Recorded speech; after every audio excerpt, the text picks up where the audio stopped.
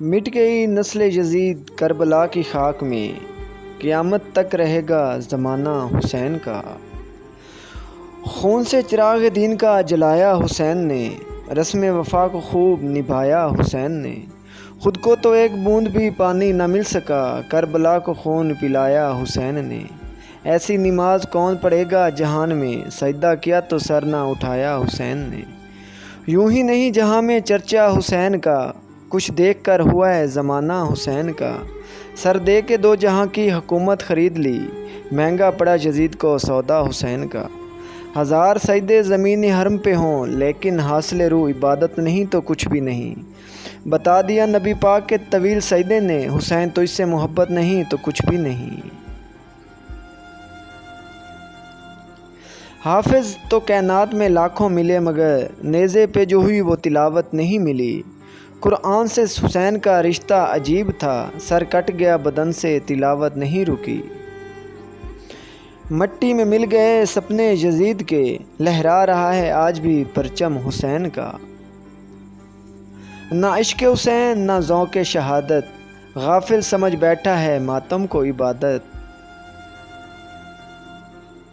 بھول جائیں گے ہر غم، غم تیرا نہ بھولیں گے، کربلا نہ بھولیں گے، با خدا کبھی نہ بھولیں گے۔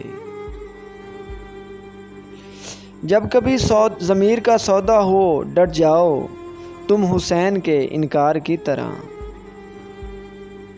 جس تاج کے لیے یزید نے اتنے ستم کیے، وہ تاج تو میرے حسین کے قدموں کی دھول تھا۔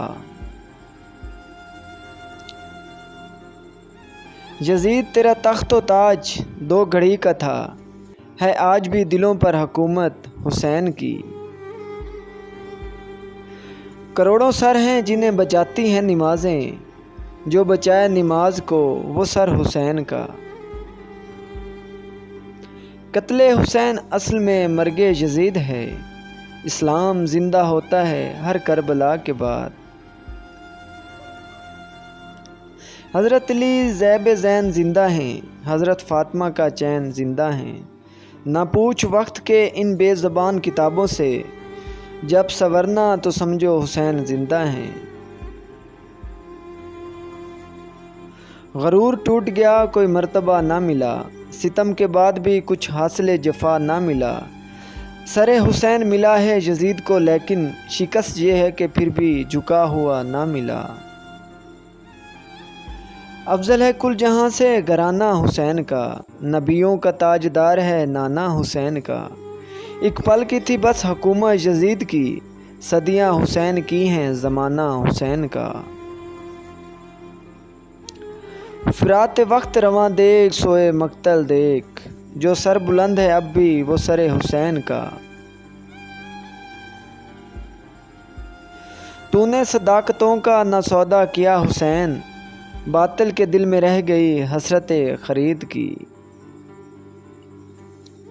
حق کے لیے جان دینے کی جو رسم چلی ہے، اس رسم کا بانی ہی حسین ابن علی ہے۔ اخلاق ایک دکان ہے اور زبان اس کا تالا ہے، تالا کھلتا ہے تو معلوم ہوتا ہے کہ دکان سونے کی ہے یا کوئلے کی۔ نماز کی فکر اپنے اوپر فرض کر لو، خدا کی قسم دنیا کی فکر سے آزاد ہو جاؤ گے اور کامیابی تمہارے قدم چومے گی۔ اپنے بہترین وقت کو نماز میں وقف کرو، کیونکہ تمہارے سب کام تمہاری نماز کے بعد ہی قبول ہوں گے۔